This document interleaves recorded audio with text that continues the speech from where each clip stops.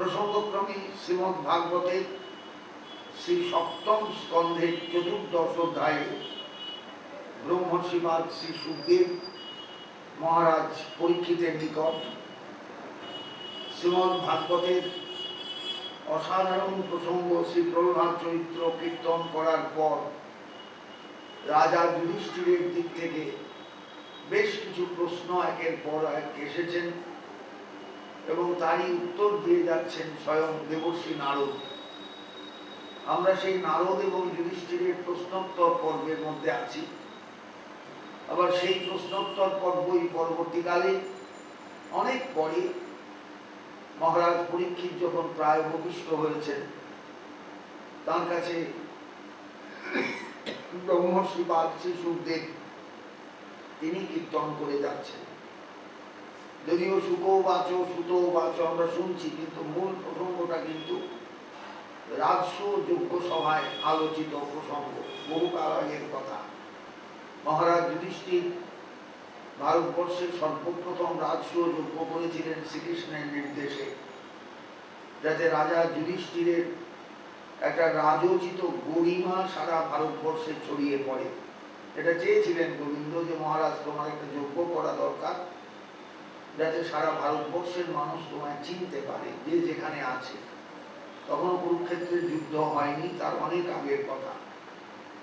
যাই হোক, সেই যুদ্ধ মিটেছে, সবাই চলে গিয়েছেন, অনেক পরিবর্তন হয়েছে ভারতবর্ষে। প্রহ্লাদ চরিত্রে এসে রাজা যুধিষ্ঠির প্রশ্ন করেছেন, সেই তখনকার দিদি প্রহ্লাদ চরিত্রের কথা বলেছেন সুখদেব। তারপরই তার সামনে বিভিন্ন রকমের মানুষের যে সনাতন ধর্ম প্রসঙ্গে আলোচনা, যেটা প্রত্যেকেরই জানা দরকার। আমরা ভারতবর্ষের মানুষ ধর্ম জীবনটাকে বিভিন্ন যুগে পরিবর্তিত হতে দেখেছি, এখনো পরিবর্তনের মধ্যে দিয়ে চলছে। এই যে সন্ন্যাসীরা শিবের সন্ন্যাসী হয়েছেন, এগুলো আদৌ কিন্তু সন্ন্যাসী কিছু নয়, এগুলো বৌদ্ধ ধর্মের অবশিষ্ট ভাগ, অবশিষ্ট অংশ। একসময় বাংলায় দারুণভাবে বৌদ্ধ ধর্ম প্রভাব বিস্তার করেছিল, আপনারা ভাবতেও পারবেন না সেসব দিনের কথা। কিন্তু ইতিহাস যারা একটু বোঝেন বা একটু পড়েন, তারা কিন্তু ধরতে পারবেন যে বৌদ্ধ ধর্মের ব্যাপকতা কেমন ছিল এক সময়। সেই বৌদ্ধ ধর্ম চলে গেছে অনেকদিন।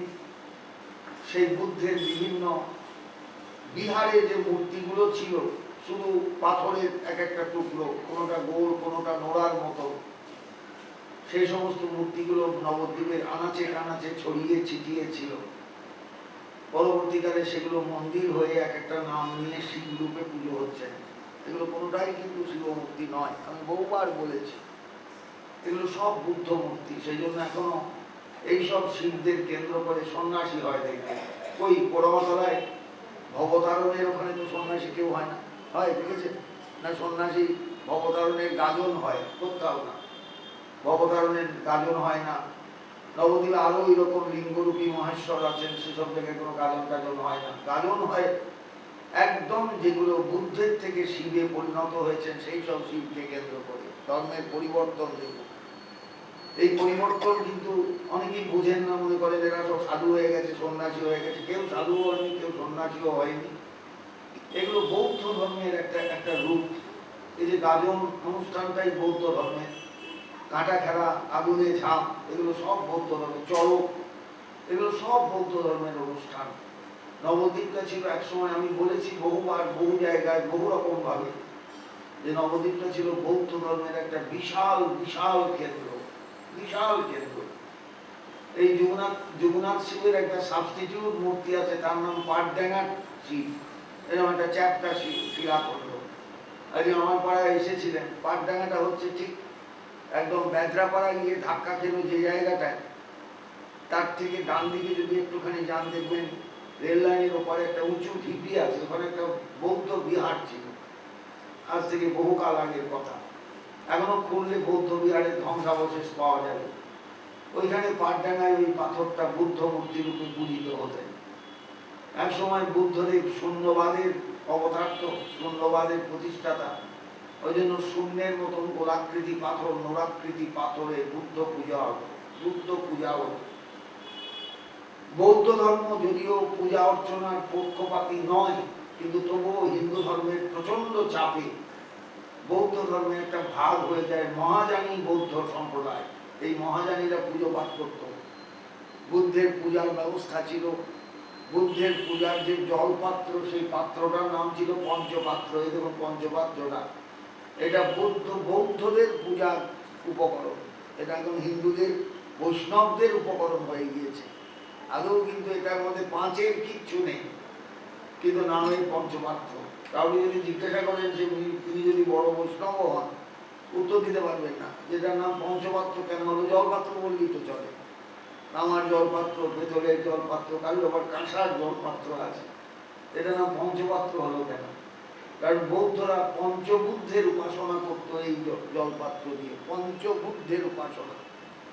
আপনারা আশ্চর্য হবেন না, কবিরাজ গোস্বামীপাদ যে পঞ্চতত্ত্বের চিন্তাটা করেছেন চৈতন্য চরিতামৃতে, আমার দৃঢ় ধারণা তিনি ওই পঞ্চবুদ্ধ থেকে পঞ্চতত্ত্বে এসেছেন।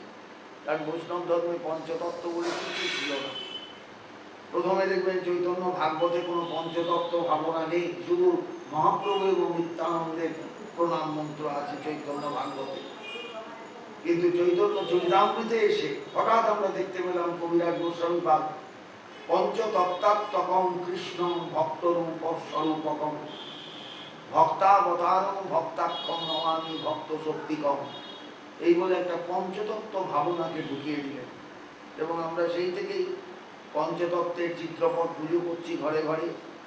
পঞ্চতত্ত্ব, মহাপ্রভু একটা তত্ত্ব, নিত্যানন্দ একটা তত্ত্ব, শ্রী অদ্বৈত একটা তত্ত্ব, শ্রীবাস একটা তত্ত্ব, গদাধর একটা তত্ত্ব।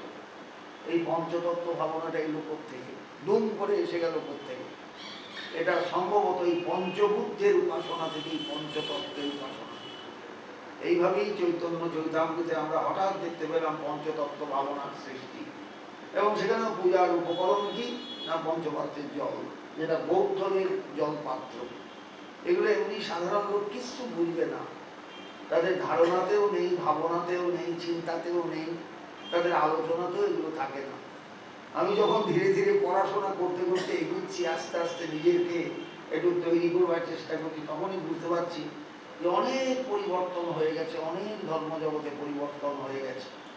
এই জায়গাটা এসে দেখুন স্বয়ং শ্রীমদ্ ভাগবতেই মানে যুধিষ্ঠির প্রশ্ন করছেন গৃহস্থের ধর্মটা কি?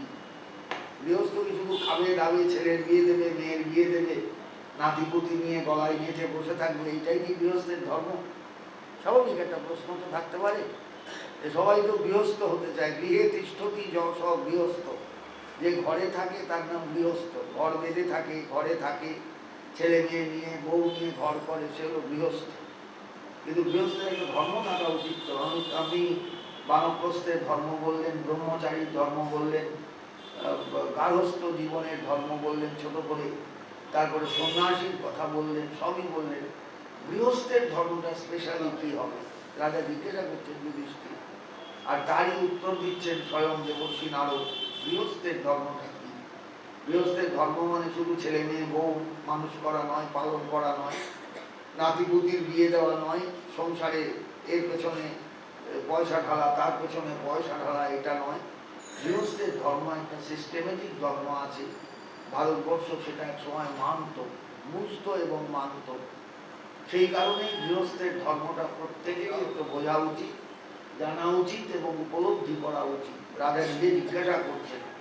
আমি দুদিন আগে যেখানে ছিলাম, নিশ্চয়ই আপনাদের মনে পড়বে, গৃহস্থ এতাং পদবী বিধিনা যেন চাঞ্জসা জায়াত দেবরিষে ব্রুহি মাদৃশ গৃহ মূঢ়ধি। আমার মতন একজন গৃহ মূঢ়ধি, আমার মতো যুধিষ্ঠির বলছেন, আমার মতো একজন গৃহী, অত্যন্ত গৃহমেধী, যে গৃহকেই ভালোবাসে, সেই গৃহস্থ কিভাবে ধর্মজীবন নিয়ে চলবে? তার সংসারে বহু টানা পড়ে, বহু রকম নানা দিকে আকর্ষণ, সেই জায়গাটায় গৃহস্থ কিভাবে ধর্ম পালন করবে? হে দেবঋষি, আপনি আমাকে বলুন, আমার মতন গৃহব্রতী কিভাবে সংসারে ধর্ম যাপন করবেন? তার উত্তর দিতে গিয়ে নারদ বলছেন, গৃহেষু অবস্থিত রাজন ক্রিয়া পূর্বং যথোচিতা বাসুদেবার্পণম সাক্ষাৎ উপাসিত মহাময়ী। গৃহী সবসময় গৃহে থাকবে, যথোচিত ক্রিয়া করবেন, কিন্তু তার মূল ক্রিয়াটাই হবে বাসুদেবার্পণ। যা হচ্ছে সারাদিনে যা তিনি করছেন সব কিছু ঈশ্বরের সমর্পণ, এটা তার কর্তব্য।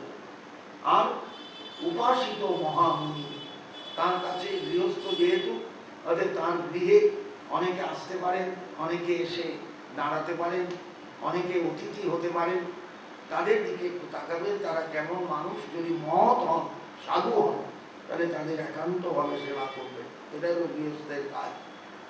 সেন্নম ভগবত অভীষ্ণম অবতার ও কথামৃত, ভগবানের অবতার কথা গৃহে শুনবে। কারণ যেহেতু সে গৃহে আছে, চারদিকে তার বন্ধন, ছেলে মেয়ে নাতি পুতি, বন্ধু বান্ধব, অতিথি অনাথ আতুর, সবাইকে নিয়ে গৃহীকে চলতে হয়। গৃহী কাউকে বাদ দিতে পারে না। ও আত্মীয় কুটুম্ব, দেখবেন আত্মীয় একজনা, কুটুম্ব একজনা। যে আত্মীয় মানে রক্তের সঙ্গে সম্পর্ক, সে হলো আত্মীয়। আর যে বিবাহের সম্পর্কে সম্পর্কিত, সে হলো কুটুম্ব। এদের নিয়ে গৃহী চলে, সবাইকে নিয়ে চলে।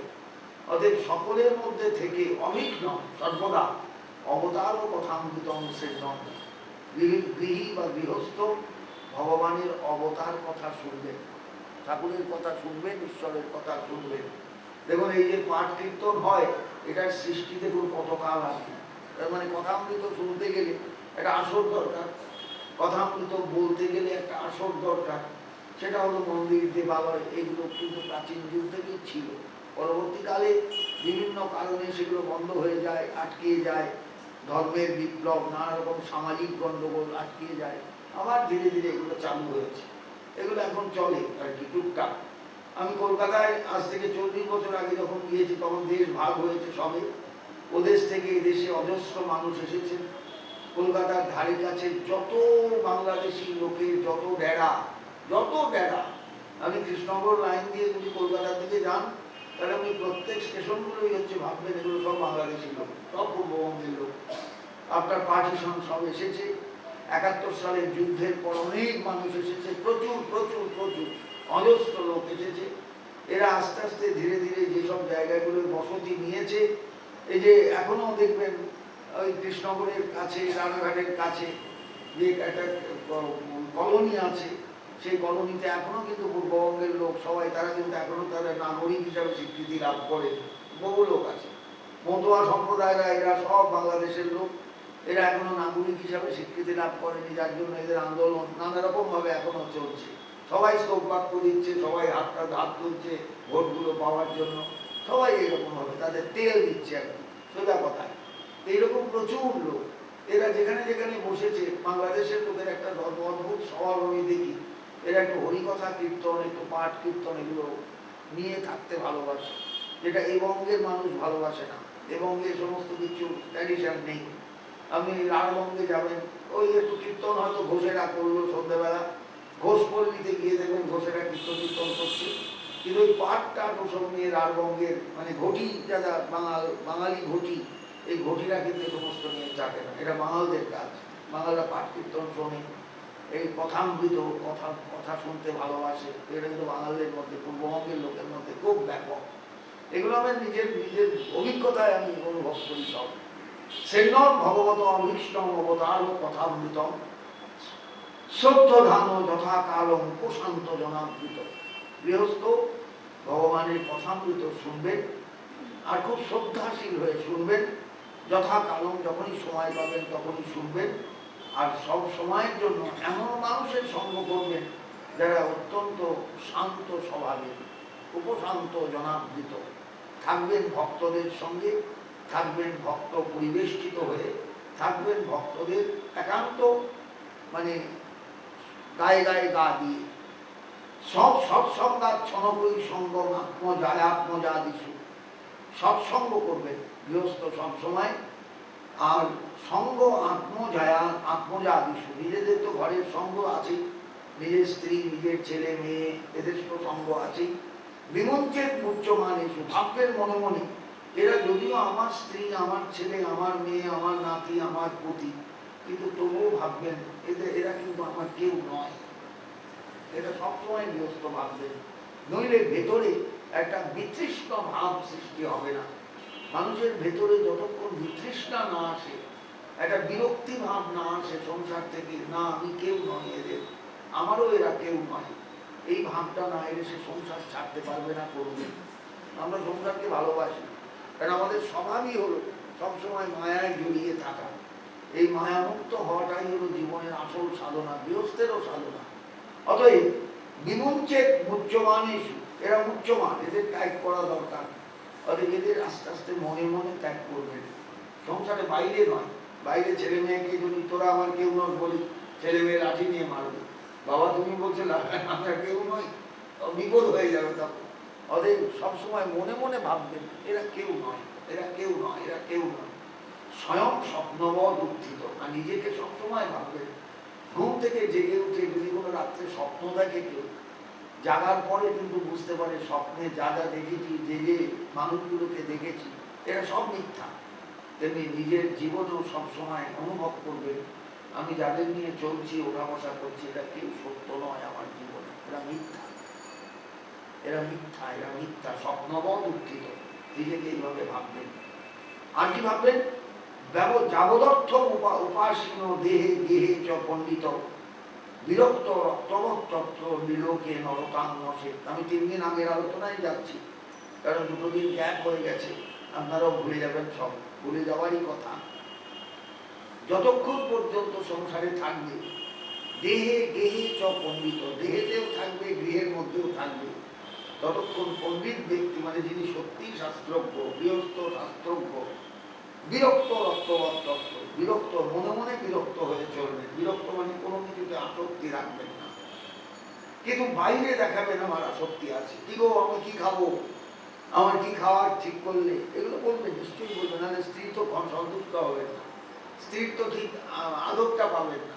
অতএব এটা তোমার আপনাকে দেখাতে হবে, কিন্তু বাইরে বাইরে, ভেতরে কিন্তু ভাববেন কেউ কাল নয় সংসারে, আজ আছি কাল নেই, ঠিকানাটাও অনিত্য, বেঁচে থাকাটাও অনিত্য। সবাই আমরা বেঁচে আছি এই পর্যন্ত, একটা ঠিকানায় আছে এই পর্যন্ত, একটা ভোটার কার্ড আছে এই পর্যন্ত, একটা প্যান কার্ড আছে এই পর্যন্ত, একটা আইডি আছে এই পর্যন্ত, কিন্তু কোনোটারই কিছু মূল্য নেই। এই হচ্ছে বিরক্ত নীলকে নরতাং নসে, সংসারে থাকবেন কিন্তু দেখাবেন আমি সংসারের একজন ক্যারেক্টার, আমি একটা মানে অত্যন্ত গুরুত্বপূর্ণ চরিত্র। যেমন অভিনয় রঙ্গমঞ্চে অভিনেতা এসে সেজে গুঁজে একটা বিশেষ চরিত্রকে ফুটিয়ে তোলে, তখন সবাই দর্শকরা মনে করে এই ক্যারেক্টারটা সত্যিকারের ক্যারেক্টার, কিন্তু আসলে ক্যারেক্টারও জানে যে আমিও এখানকার কিচ্ছু নয়, আমি শুধু জাস্ট অভিনয় রঙ্গমঞ্চে এসেছি এই চরিত্রের ভূমিকায় অভিনয় করতে। তেমনি সংসারে অভিয়স্ত অভিনয় করে যাবেন, অভিনয় করে যাবেন, অভিনয় করে যাবেন, মিশে যাবেন না কখনো। মিশে গেলে বিপদ আছে, কারণ আপনি তখন একাত্ম হয়ে যাবেন, তখন আপনি কিন্তু এই সংসারকে ছাড়তে পারবেন না, কিছুতেই ছাড়তে পারবেন না। ত্যাগের ইচ্ছা থাকলেও ত্যাগ করতে পারবেন না, ভোগের ইচ্ছা আপনাকে ঘিরে ধরবে চারদিক থেকে। অতএব সাবধান। এই জন্য বলছে নিরোগে নরতাং নসেন, মনুষ্য লোকে মানুষের মতন অভিনয় করে যাবে, আর কিছু না, অভিনয় অভিনয় অভিনয়, সংসারটাই অভিনয়। জ্ঞাতয় পিতর পুত্রা ভ্রাতর সুহৃদ অপরে যদ বদন্তি যদ ইচ্ছন্তি জানো মোদে তো নির্মম। সংসারে সবসময় চলবেন নির্মম হয়ে, কোথাও কোনো মমতা রাখবেন না।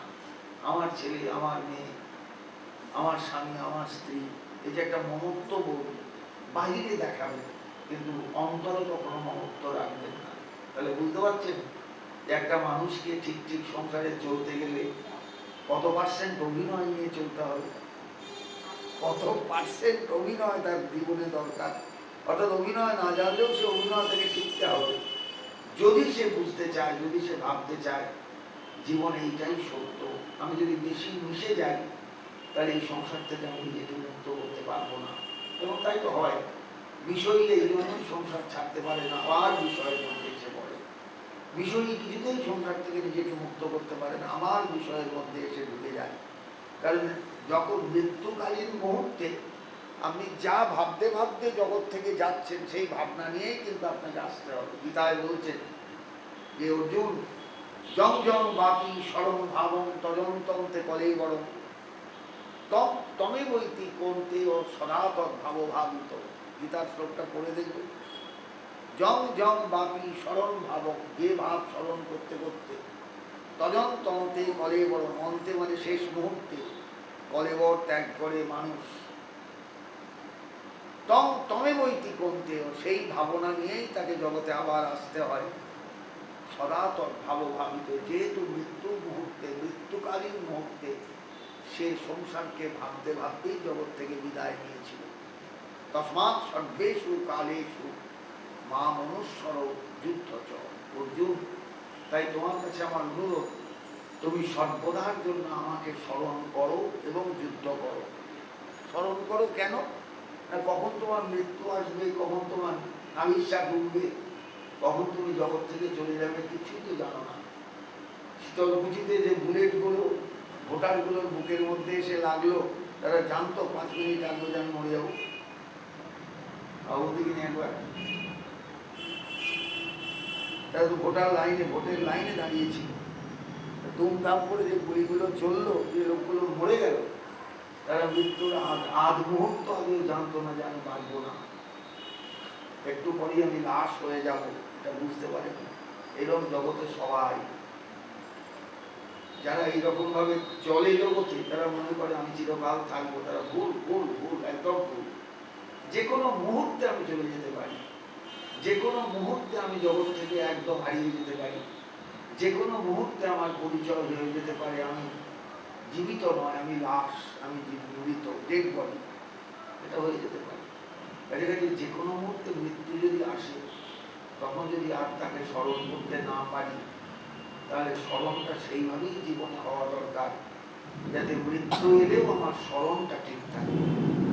অন্তকালে জন্মামে বড় স্মরণ মুক্তা করে বড়, স্মরণ স্মরণ করতে করতে যিনি দেহ ত্যাগ করেন, তিনিই কিন্তু একমাত্র বেঁচে যান। অন্তকালে জন্মামে বড় স্মরণ মুক্তা করে বড়, যিনি স্মরণ করতে করতে যান, তিনি একমাত্র বেঁচে যান। নইলে অর্জুন কেউ বাঁচে না এই সংসারে। মানুষ এত বাজে জায়গায় জন্মায় কেন? জন্মায় এই একটি কারণে, সারা দিন রাত একই রকম সংসার নিয়ে চিন্তা, বিভিন্ন রকমের উদ্ভট চিন্তা নিয়ে সংসারে চলতে গেলে মৃত্যু যখন আসছে, তখন উদ্ভট চিন্তাতেই মৃত্যু আসছে। অটোমেটিক সে যেখানে জন্মাচ্ছে সেই জায়গাটা উদ্ভট, যার পেটে জন্মাচ্ছে সে উদ্ভট চরিত্রে, যার শুক্রাণুতে জন্ম হচ্ছে সে উদ্ভট চরিত্রে, যার ডিম্বাণুতে জন্ম হচ্ছে সে উদ্ভট চরিত্রে। এই জন্য সন্তান সন্ততি এই যুগের সমাজে ভালো হয় না, ভালো হচ্ছে না। এটা হলো কারণ সবচেয়ে বড়। জং জং বাপি স্মরণ ভাবং তজন তন্তে করে বরং, তম তমে বইতি বলতে ও সদা তদ্ভাব ভাবিত। তুমি যা স্মরণ করতে করতে জগৎ থেকে যাবে, মনে রেখো পরবর্তী জীবনে সেই জায়গাটায় তুমি গিয়ে পৌঁছবে। তোমার স্মরণ অনুসারের জায়গা। তাদের কে বলুন, কে কাকে এটা মনে করাবে? যে খালি খাচ্ছে, আবিষ্কার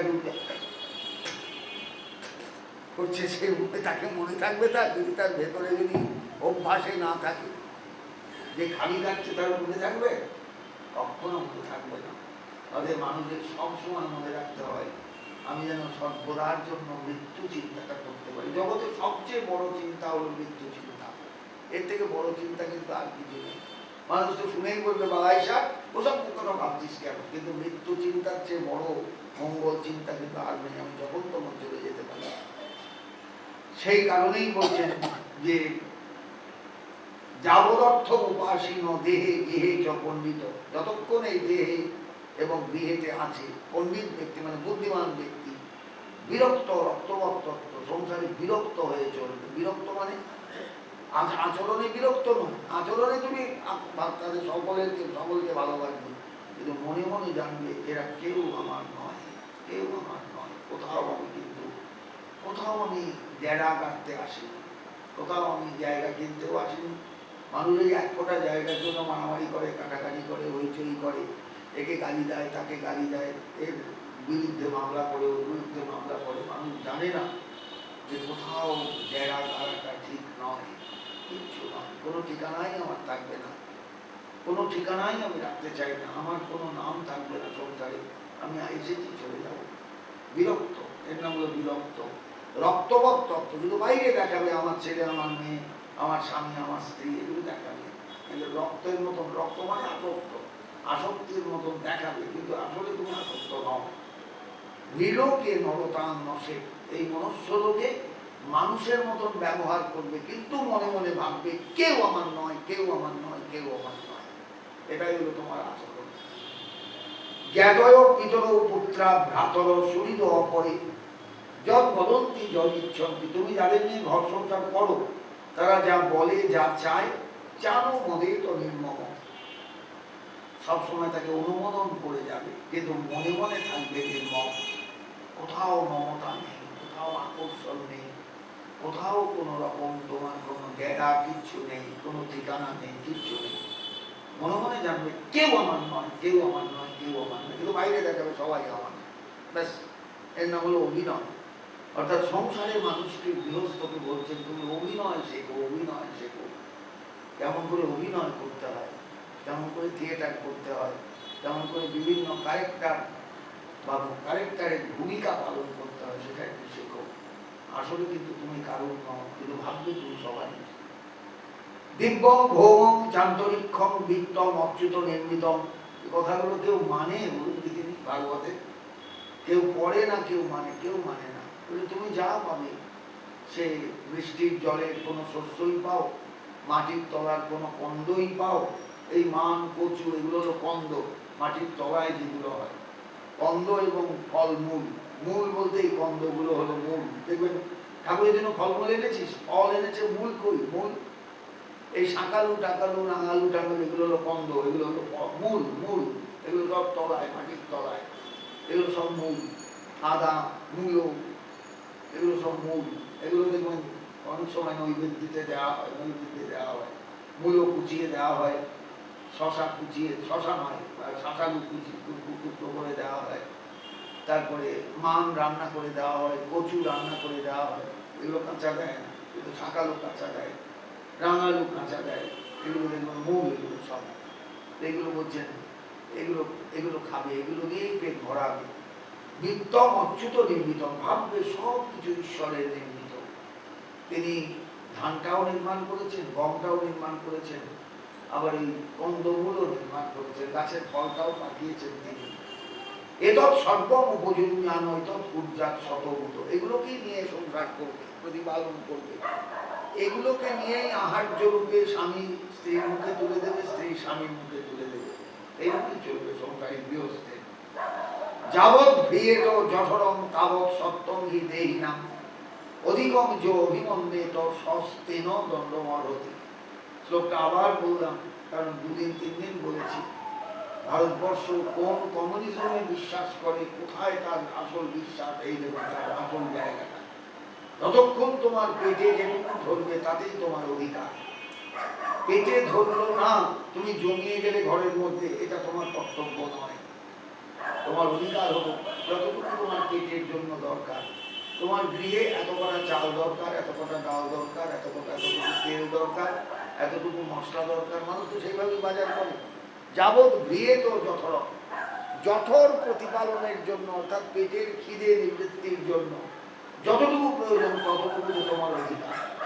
যে অধিকম অভিমন্যেত, যে বেশি চায় সে কিন্তু চোর, সে কিন্তু খেতে পারবে না, জমাবে। অতএব তোমার সংসারে যতটুকু দরকার তার বেশি সংগ্রহ করা তোমার অনুচিত কর্তব্য, কখনো এটা উচিত নয়। যে এরকম ভাবে বেশি জমায় সস্তেন, সে চোর, সদণ্ডমর্হতি, তাকে শাসন করা দরকার, তাকে পিটুনো দরকার। তুমি সমাজে কৃত্রিম অভাব সৃষ্টি করছো নিজে জমিয়ে রেখে। সমাজে এতটুকু উৎপাদিত হয়েছে, এবং ইকোনমিক্সের থিওরি বলে যতটুকু উৎপাদন হয়েছে ততটুকু তো ভাগ করে নাও সবারই মধ্যে, তাহলে দেখবেন সবাই কিছু না কিছু পেল। এইবার যার ক্ষমতা আছে, যার গায়ের জোর আছে, সে যা উৎপাদন হয়েছে সব যদি নিজের ঘরে ঢুকিয়ে নেয়, তাহলে এক শ্রেণীর লোক কিছু পাবে না। এই হলো ইকোনমিক্সের আসল সমস্যা, এই হলো কমিউনিজমের আসল জায়গা। এইখানেই তোমাকে লড়াই করতে হবে। পুঁজিপতি যেন পুঁজি সংগ্রহ করতে না পারে, সে টাকাই হোক আর পূর্ণ বস্তুই হোক, খাদ্যই হোক, খবরদার নয়, কখনো নয়। তাহলে সমাজে অভাব সৃষ্টি হবে। যা হলো পৃথিবী যা দিলেন সকলের কাছে সম অধিকার, এই তার ফরমান। কাজী নজরুলের একটা বিখ্যাত কবিতা আছে, এই ধরনের ধরিমাখা যত অসহায় সন্তান, মাগের প্রতিকার উত্তর দাও আদি পিতা ভগবান। ফরিয়াদ বলে একটা কবিতা আমাদের পাঠ্য ছিল, অসাধারণ কবিতা। তখন ইউনিভার্সিটিতে পড়তাম, মনে পড়ছে মানবদা? ফরিয়াদ মনে আছে কবিতাটা? এই ধরনের ধরিমাখা যত, আপনি আমার সঙ্গে প্রায় সমস্যা হয় একই সময়। তখন একটা বাংলা একটা কবিতা ছিল কাজী নজরুলের ফরিয়াদ বলে। ফরিয়াদ মানে হলো অভিযোগ, ঈশ্বরের কাছে অভিযোগ জানাচ্ছেন। কি দুর্দান্ত লেখা! এই ধরনের ধরিমাখা যত অসহায় সন্তান, মাগের প্রতিকার উত্তর দাও আদি পিতা ভগবান। আমার আখির দুঃখ দিক নিয়া বেড়াই তোমার সৃষ্টি ব্যাপিয়া, যতটুকু হেরি বিস্ময়ে ভরে ওঠে সারা প্রাণ। এত ভালো তুমি, এত ভালোবাসো, এত তুমি মহিয়ান। কি দারুণ কবিতাটা, দুর্দান্ত কবিতা। ফরিয়াদ কাজী নজরুলের লেখা কবিতা। তাই মানে অভিযোগ জানাচ্ছেন যে আমরা ধরনের মানুষ, তোমার কাছে অভিযোগ জানাই, হে আদি পিতা, তোমার কাছে আমার অভিযোগ আছে কিছু, আমি সেই অভিযোগ নিয়ে তোমার কাছে এসেছি। ফরিয়াদ মানেই হলো অভিযোগ, ফরিয়াদি মানে অভিযোগকারী, সেই ফরিয়াদ কবিতাটার নাম। এটা আরবি শব্দ। যাই হোক, এইটা জগতে সবসময় বুঝতে হয় যে যতটুকুতে ধরনের বস্তু ততটুকুতে সকলের সম অধিকার। এই সম অধিকার যদি না থাকে তাহলেই সমাজে গণ্ডগোল লেগে যাবে। এটাই হলো কমিউনিজমের আসল জায়গা, চ্যাপ্টার। এইখান থেকেই কমিউনিজমের আসল মানে যাকে বলা যায় কদম কদম এগিয়ে যাওয়া, যে আস্তে আস্তে এইবার এগিয়ে যেতে হবে। সেইটাই বলছে, যাবৎ বিয়ে তো যতটা তাবৎ সপ্তমী দেই না। যতটুকুতে তোমার পেট ভরবে ততটুকুতে তোমার অধিকার, তার বেশি তোমার অধিকার নেই। অধিকম যে অভিমন্যে তো, যে বেশি চায় বেশি জমায়, সস্তে ন সে চোখ সদণ্ড মারবতী, তাকে দণ্ড দেওয়া উচিত। মৃগ উষ্ট্র খর অমর্ক আঁখো সরীসৃপ খগমক্ষিকা, আত্মন পুত্র পশ্যে তৈরেশা মন্তরঙ্গীয়। মনে রেখো, তুমি শুধু বাড়ির প্রতিপাল্য সন্তানগুলোকেই তুমি মানুষ করছো তা নয়, কিন্তু কখনো তা নয়। তুমি ভাববে না তোমার ছেলেটাই তোমার একমাত্র প্রতিপাল্য, তোমার মেয়েটাই তোমার প্রতিপাল্লা, তোমার স্ত্রী তোমার প্রতিপাল্লা, তোমার বৃদ্ধ মা বাবা তোমার প্রতিপাল্য, তা নয়। তোমার বাড়িতে যদি একটা পোষা প্রাণী থাকে, একটা পাখি থাকে, একটা কুকুর থাকে, কারোর বাড়িতে একটা গাধা আছে, গাধা থাকে। উত্তর ভারতে গেলে বহু বাড়িতে দেখবেন গাধা পালন করা হয় মোট বইবার জন্য। সেই গাধা যদি থাকে, একটা ঘোড়া যদি থাকে, একটা উট যদি থাকে, এরা তোমার সন্তানের থেকে আলাদা কোথায়? তারা তো আলাদা নয়। পরিষ্কার বলছেন, আপনও পুত্রবৎ করছে, এদের সকলকে নিজের ছেলে মেয়ের মতো দেখবে। এই প্রাণীগুলোকে যাদের তুমি সবসময় ঘরের চারপাশে দেখো, পাখি পক্ষী মৃগ, তারপরে উট। এককালে ঋষিরা আশ্রমে মৃগ পুষতেন।